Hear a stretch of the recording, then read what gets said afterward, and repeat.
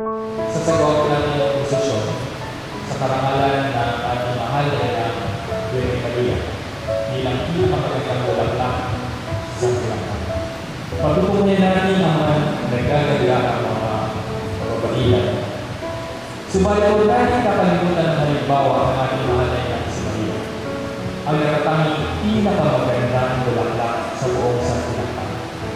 Ang kagandahan ni Maria ay hindi lamang sumasalamin sa kanyang pisikal na anyo, kundi mas dapat tumitingkad ang kanyang kagandahan dahil sa kanyang malalim na relasyon ng pag-ibig sa Diyos, sa kanyang anak na si Jesus, sa inspirasyon ng Espiritu Santo, na kanyang ipinadama at ipinakita sa kanyang matinyas na pagmamahal sa kanyang kapwa at sa ating lahat na kanyang mga anak, nang ipagkatiwala siya sa atin ng ating mahal na Panginoon sa Kristo nung siya'y nakapako sa krus.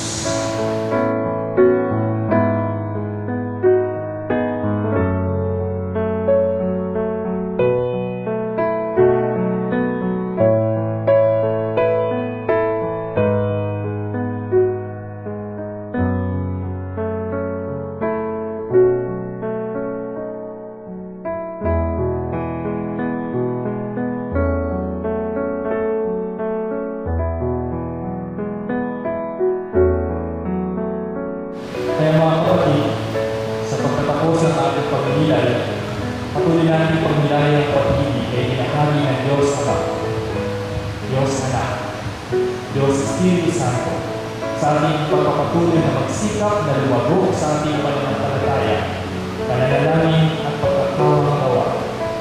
Hindi lamang sa mga malalaking pag-iwang tulad nito, hindi lamang masigit sa mga ordinaryo o karaniwang panahon ng ating pagmilay.